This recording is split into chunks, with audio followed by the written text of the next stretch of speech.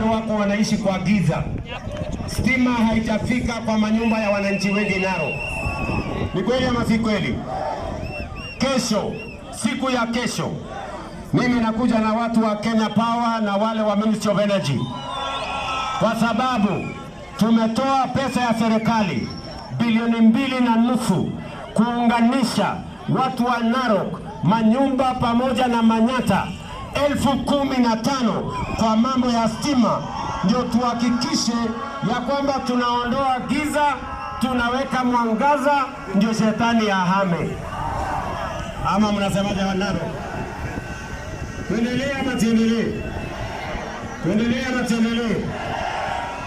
Jambo la hili ambayo mimi nimekuja hapa ni mambo ya barabara ya hapa Narok.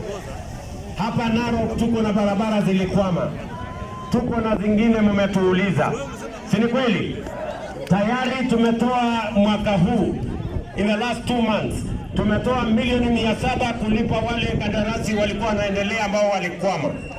Kesho mimi naanzisha barabara 2 hapa Narok, na tumeweka zingine kwenye budget ili kufikia mwezi wa 7-8 nitarudi hapa tena.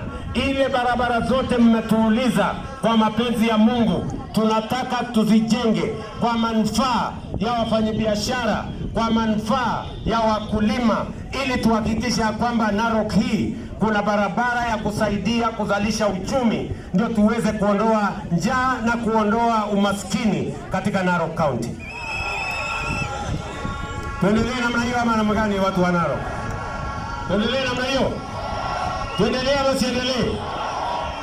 Mimi nataka niwaambie mambo mawili ya mwisho.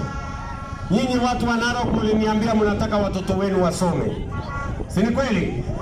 Na mkasema ya kwamba mnataka mambo ya CBC inyoroshwe. Mimi nimefika ofisini nikatengeneza task force, wakatupatia mapendekezo, tumeimplement hiyo mapendekezo.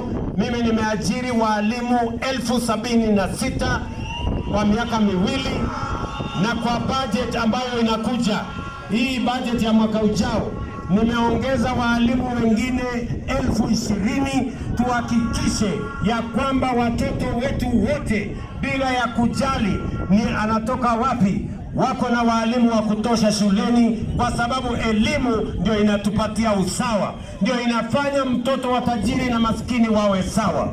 Tumekubaliana watu wa Narok? Tumekubaliana?